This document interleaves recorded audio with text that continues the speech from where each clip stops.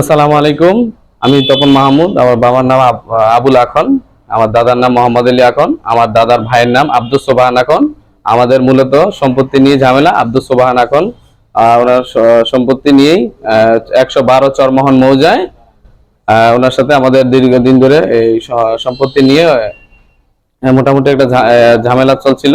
তো আমরা সর্বশেষ মীমাংসে কথা বলে উনি গত বর্ষায়ও মাপার একটা প্রচেষ্টা চালিয়েছিল, আমরাও সেখানে ছিলাম।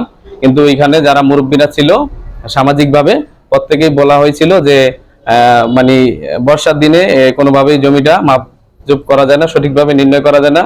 যার কারণে আমরা বর্ষার সিজন গেলে আমরা এই সম্পত্তিতে সঠিকভাবে সময় নিয়ে আমরা নির্ধারণ করব, সীমানা নির্ধারণ করব।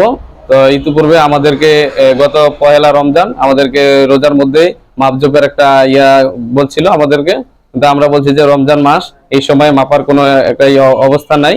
তো আমরা রোজার পরে আমরা এই সম্পত্তিতে সবাইকে নিয়ে আমরা ওইখানে যারা ছিল প্রত্যেককে নিয়ে আমরা ওই সম্পত্তিতে সঠিকভাবে মাপের একটা করব। কিন্তু উনি কোনোভাবেই আমাদের এই কথা না শুনে জোরপূর্বক ভাবে আমাদের এই সম্পত্তিতে দখলের চেষ্টা চালায়। আমরা এর বিরুদ্ধে আইনানুগ বিচার চাই এবং আমরা চাই যে আমাদের এই সম্পত্তিটা সঠিকভাবে বুঝিয়ে দেওয়া হোক। এবং উনি 43% জমি কিনে সেখানে 60% জমি দখলে নেওয়ার চেষ্টা করে বাচ্চু হাওলাদার, 112 চরমোহন মৌজা।